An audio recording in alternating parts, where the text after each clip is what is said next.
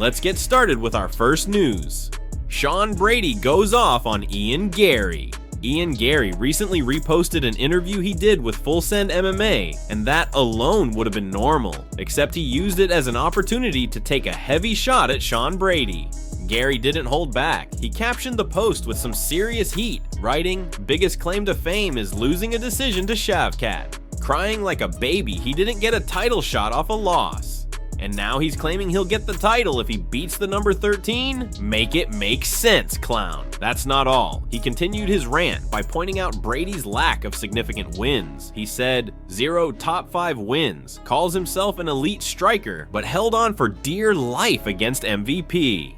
He's referring to the fight where Shawn Brady, known for his ground game, struggled to deal with the unpredictable and unorthodox style of Michael Venom Page. Garry's criticism didn't stop at just fight performance. He took it further, mocking both fighters by adding, "Wacky and Bookie barely speaks English." It was an obvious dig meant to discredit both Shawn and anyone siding with him. Then, Garry went fully personal and turned the roast up even more, comparing Shawn Brady's appearance to a character straight out of fantasy fiction. He said, "Shawn Brady looks like he's out of Lord of the Rings," and then delivered the punchline that really set fans talking. "So no one gives a damn about these guys." It was pure savage. He made it clear that in his view, Brady doesn't move the needle in terms of interest or rankings. And just when you think he might be done, Garry ends with a brutal jab at Neil Magny, saying, "Neil Magny's soul in here. Look, there's his soul." A clear reference to a past fight where Magny was dominated, possibly by Brady, and Garry just used that moment to say Brady crushed Magny so bad, he took his soul right there in the octagon. The tone of the post, unapologetic, dismissive, and absolutely filled with venom. The message from Garry was clear. He's not here to play games. He doesn't respect Shawn Brady's resume, he doesn't rate him as a threat, and he certainly doesn't believe Brady has done enough to be in the title conversation. He views Brady's claim to contention as delusional, and he's willing to blast him publicly to prove a point.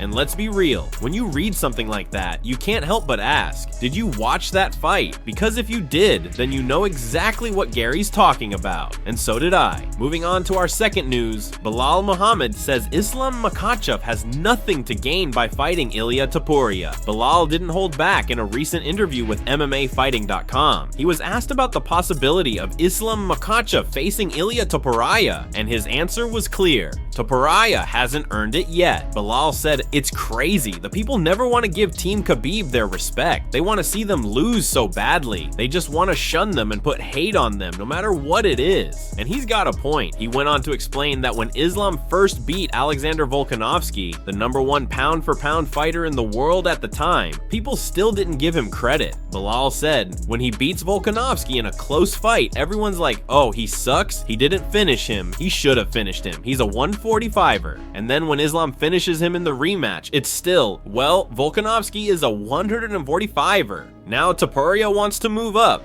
and Balal sees it coming. Tapora, I think, is a little bit smaller than Volkanovski, Balal said. He's going to move up, and if Islam dominates him, people will still say, "Oh well, he's a 145er. He can go back down." Balal's argument is simple. There is no win for Islam Makhachev in fighting Tapora right now. There's really nothing to gain for Islam fighting him, Balal explained. When Islam said, "Let him fight somebody else, earn it," he wasn't saying, "I won't fight him." He was saying, "Let him earn it." Balal also compared the situation to his own experience. "We've had to deal with this already. People are already shunning my resume. They're hating on me no matter what. It's a familiar feeling and getting overlooked despite doing everything right." And then he really laid it out. Let Tapora go out there and beat a Charles Oliveira. Why should it be for a title right now? He vacated his title. He chose to move up. He doesn't want to cut the weight. It's not like he defended the belt 10 times at featherweight, or even 5. Balal gave Volkanovski his flowers, saying that when Volk moved up, he'd already cleaned out the featherweight division. He earned that opportunity, but for Tapora, not yet. Balal reminded everyone that Tapora still has major threats in his own division. Guys like Yair Rodriguez, Diego Lopez, and Movsar Evloev, who's undefeated.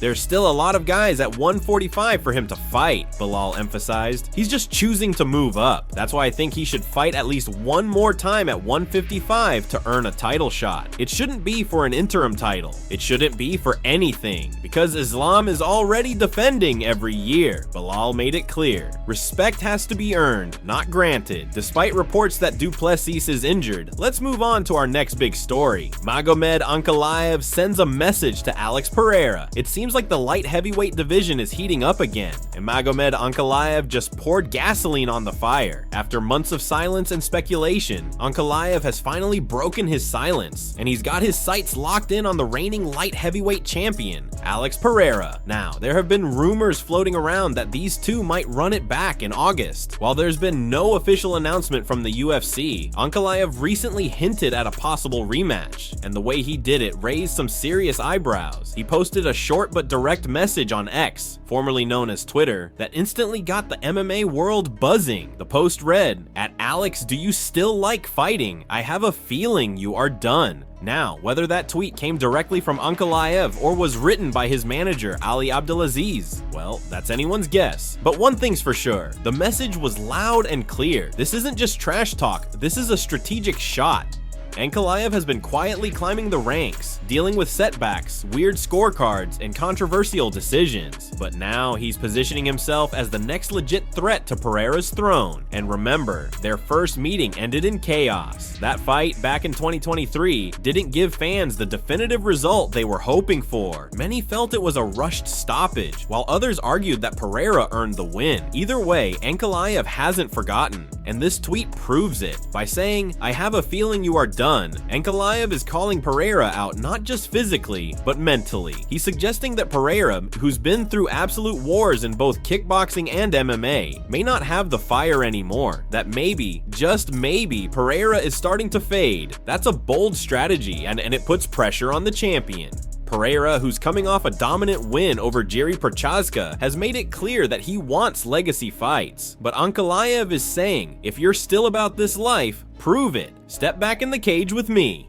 So now, the question is, will we get the rematch in August? Will the UFC book it? Or will Pereira look for a different challenge? Maybe even a jump to heavyweight? Whatever happens, Ankalaev has fired the first shot, and if Pereira responds, you can bet the MMA world will be watching very closely. Moving on to the next story, Dricus Du Plessis shuts down all those rumors about a broken shin. Over the past week, MMA Twitter has been buzzing with speculation that the middleweight champ had suffered a serious injury, specifically a broken shin. The rumor came out of nowhere and started spreading like wildfire. Fans were panicking, contenders were licking their chops, and even other fighters began calling for interim title fights. But now, Dricus has officially put all that talk to rest, and he did it in style. The South African champion took to Instagram with a firm and straight to the point post. He captioned it with a message that was clear, confident, and just a little bit sassy, reminding everyone exactly who's in charge. Here's what he wrote.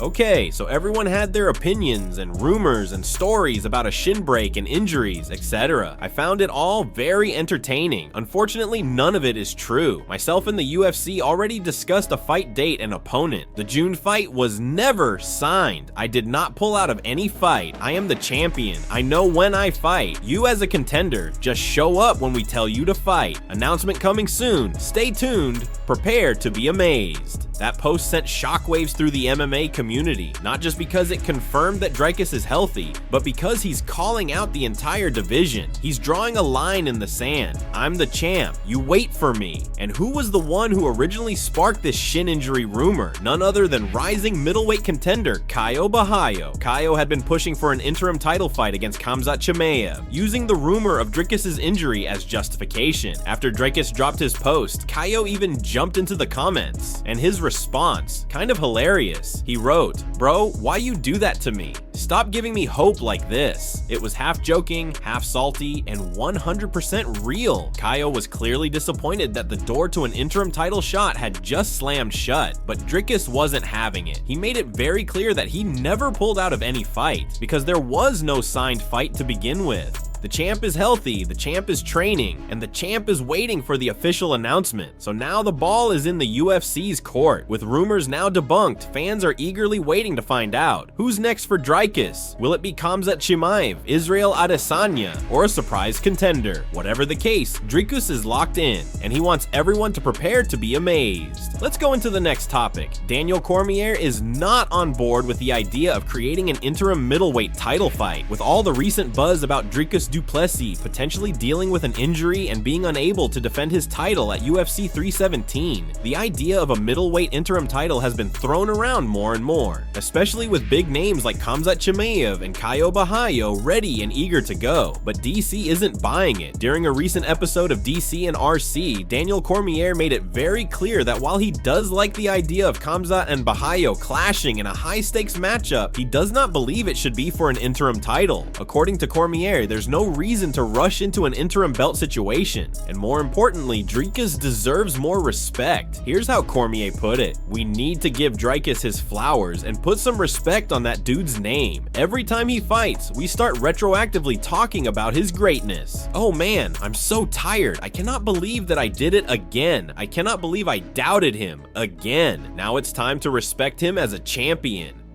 That's some strong praise coming from a former double champ. And he didn't stop there. Cormier reminded everyone of past champions who were given plenty of time to recover before an interim belt was ever considered. One time, Cain Velasquez was off for 2.5 years. It was almost 2 years before Fabricio Werdum fought for the interim championship. This champion deserves the ability to deal with his injury. That's a serious precedent right there. And Cormier believes Dricus has earned the same treatment, not just because he's the champ, but because of how consistently he's been underestimated and how consistently he's proven people wrong. But of course, the topic of Khamzat Chimaev came up, and DC didn't hold back. Sure, Khamzat's frustrated, but hell, I'm frustrated. I wanted to see Khamzat fight for the belt 2 years ago. That's how special he is and how good he is. I thought he should have been fighting for the belt, whether it was at 170 or 185, I don't care. He's that special. So yeah, DC gets it. He knows Khamzat has been waiting and grinding, but in his view, waiting just a bit longer may be the best move for everyone involved. Now I think he has to wait. Then what happens? Is he willing to wait? Dricus has told you he hasn't been that active. It's all time wasted. You only get to be young once. You gotta fight, and that's where Caio Borralho comes in. If you gotta make a fight, Borralho seems like a great answer. No interim belts, no rush, just make the right fights and give the current champ the respect and recovery time he deserves. And now, for the final story of the day, Joe Rogan has some high praise for Jean Silva, calling him a future world champion after his dominant performance against Bryce Mitchell. Silva made headlines across the MMA world after his stunning submission victory over Mitchell in the second round. And one person who definitely took notice was UFC commentator and podcast legend Joe Rogan. On a recent episode of the Joe Rogan Experience, Rogan couldn't stop talking about how impressive Silva looked inside the octagon. Here's what he had to say: "The fight I really wanted to see was Bryce Mitchell versus Jean Silva, because Jean Silva is a monster, dude. The guy looks like a world champion. He just beat Bryce Mitchell from pillar to post the entire fight." Let's be honest, that's a massive compliment coming from Rogan, who's watched and broken down fights from some of the best to ever do it. And he didn't stop there. Rogan went on to describe how calm, composed, and dominant Silva looked during the fight, as if he were fighting on a completely different level. He was smiling and laughing, looked like he was never threatened or in danger, just like he was on another level, way above Bryce. It's one thing to win a fight, it's another thing to look like you're enjoying it while completely dismantling a top-level opponent. According to Rogan, Silva made it all look easy, and that's a major red flag for the rest of the featherweight division. Looked like a world champion, even guys that have beat Bryce Mitchell before, except Josh Emmett, who just KO'd him with one punch. Even Ilia Tapora had to get a hold of him first. Now, if you remember that fight between Tapora and Mitchell, it was a tough, grinding matchup, but Silva, he turned it into a showcase, and that's what really caught Rogan's attention.